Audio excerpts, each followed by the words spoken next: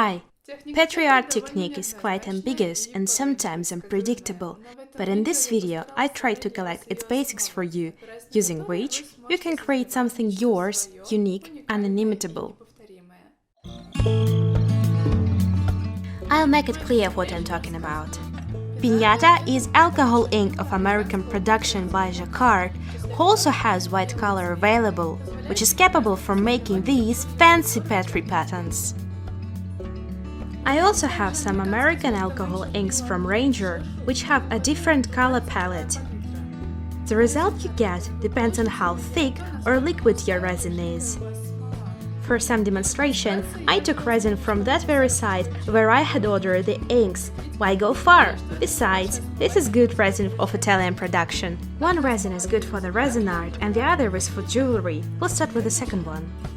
It dawned on me that for such shooting of Petri dish, the most suitable thing would be the Petri dish itself. I won't take out what I'll pour into it, but today I don't need it, because my aim is to show you as demonstrably as possible how the alcohol ink work.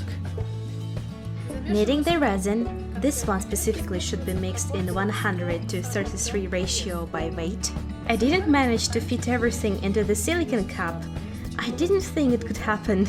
That's why I took the paper one, which wasn't really paper. When I started to put the hardener in it, it leaked, because it was too liquid, and it poured not the way I was used to, as the other hardeners for resin did. I remember having the same difficulty with the PBR resin. This resin keeps very liquid within an hour and a half, then becomes hard in about 24 hours and is completely hard only in 7 days. Still, this is the most liquid resin I've ever seen. Just have a look at the way it differs from the other resins when I mix it. It's more like water. I believe, due to the time of hardening, it must be the clearest resin ever. Because, as much as I know, by the way, I'm not a professional in chemistry, but I use my observation experience working with different kinds of resin. The faster the resin hardens, for instance the resin for Resin Art, the more it's possible that the hardener will turn yellow. The slower resin hardens, the less yellow it becomes, as well as the hardener. These are just my observations, and I can't state that it's exactly so. And it also seems to me that this very resin is suitable for those who make a lot of fillings in terms of quantity. For example, those who have their own shops or have to produce many lots of decoration for some events, because due to the fact that resin remains very liquid quite a while, you have pretty much time to pay due attention to each work. I mean, you pour resin once, and after that you may just sit and work on some details or pendants you pour.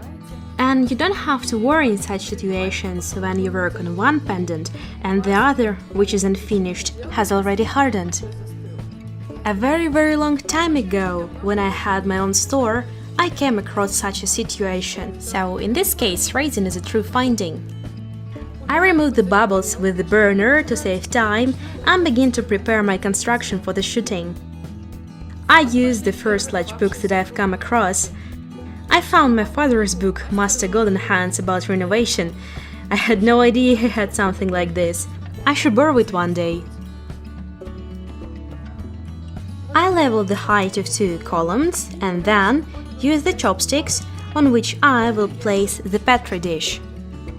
Being precautious, I sticked it with the tape, but I can already say that it was unnecessary and only interfered in the process. As the dish will be full of resin and under it there will be a camera, I used hot glue to attach it to the chopsticks to fix its position. And now we can drip ink. I'll start with some colorings, transmitting light you may say.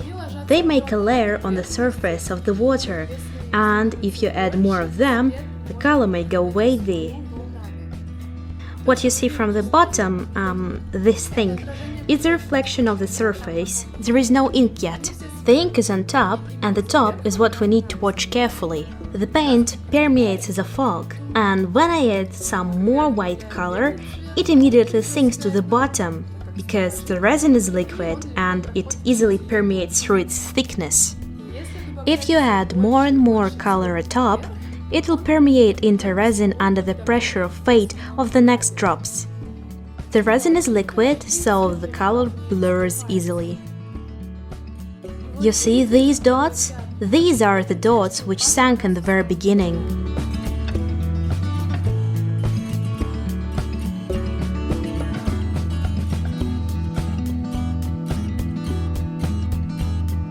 I still have some liquid resin, so let's see how alcohol inks will do in liquid resin, but from the slightly different angle. When we add a drop, the inks spread over the surface, and at first they are more like independent forms. But then, in the places of accumulation of a large amount of paint, they start to permeate. The rain, the circle, which puts some pressure on this side, continues to enlarge, and thus it turns out that the inks lay as a fog in resin. A new portion of inks does the same, so, as a result, we have several levels of these fogs. When the circles shrink, as far as I know, it happens because alcohol evaporates from the drop of ink, but I'm not sure about this, as it's hearsay, and I can't really trust such a source of information. Anyway, these circles start to pull the color, which has already permeated into the resin, and that's how we get absolutely new swirls. It looks delightful, but it won't rest like this. The hardening of liquid resin takes a lot of time. That's why inks will manage to mix and dissolve. Alas. Let's have a look at this white color in this beauty. It curls in some kind of strange curves. Moreover, the real madness is happening here.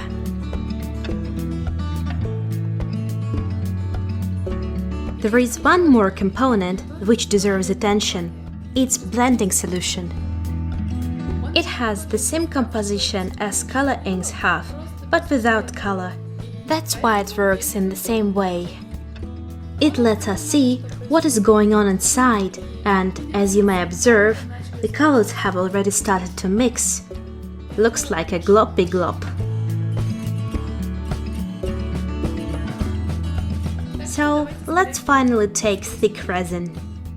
I took Art Pro from the already mentioned site where I had ordered everything for this video, because it's way much convenient to order from one and the same shop. Even through the packaging it's clear that resin is thicker than the previous. You should mix it in 100:60 ratio by weight, and you can work with it for an hour and a half after the mixing. After that, it will be too thick and will completely harden within 24 hours. So yeah, this resin is good to work with inks. Although I noticed that sometimes inks freeze on the surface. See? They stop moving! It has never happened to me before. I always had this weird seething of ink. But the result eventually turned out to be the same. Just one more drop of blending solution in the end to let you see the way it works with inks.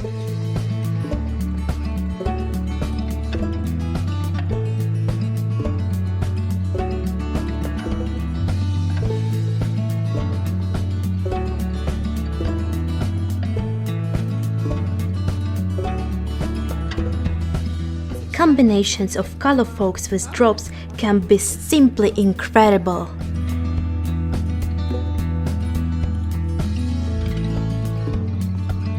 But we shouldn't be limited by the thickness of the resin itself.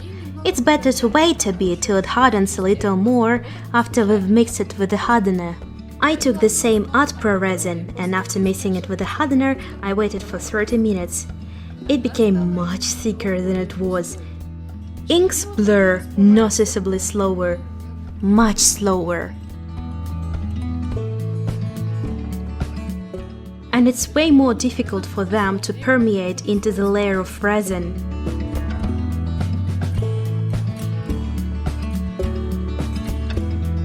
In this time lapse, you can see how they tried to do so, and how actually slow the heaviest drop is falling. Oh, sorry. These blinkings are me, walking behind. My curiosity didn't allow me to sit aside.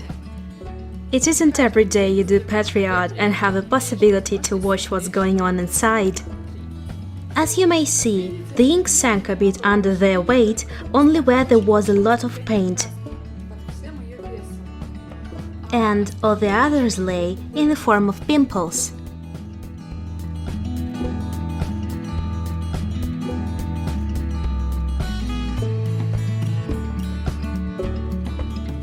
But the experiments with the thickness of inks are not the limit of Petri technique. We can curl the drops inside, creating different swirls. When inks will permeate into resin after the pouring, and every resin has its own moment of it, and the feeling of when it's time will definitely come to you after some practice. You may take a toothpick and draw with it inside.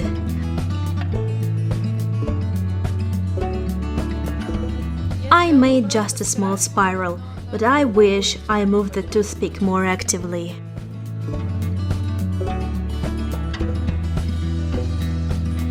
It gives you some kind of streams in resin, or you may even say special swirls, which you can control by yourself.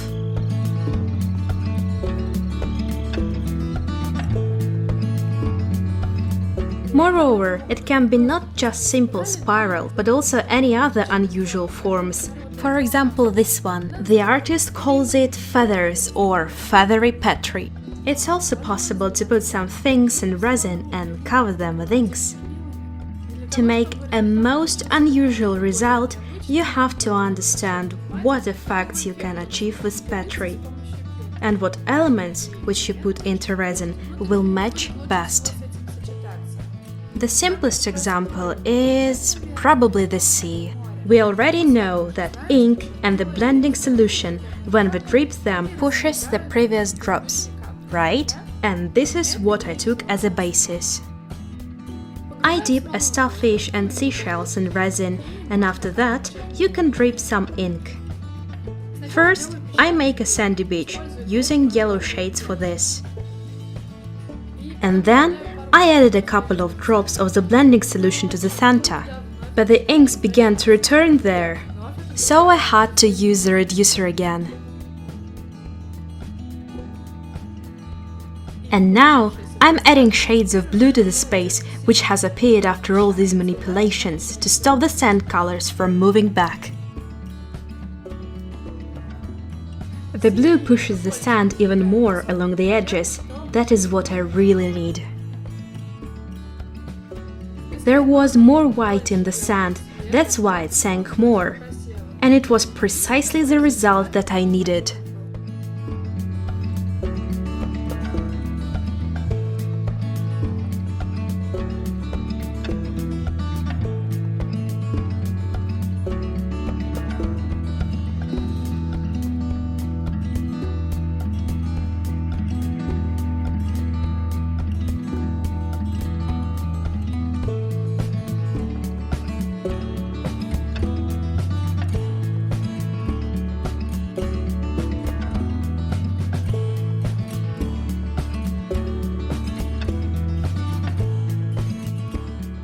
Well, Petri technique is something more than just dripping inks into resin.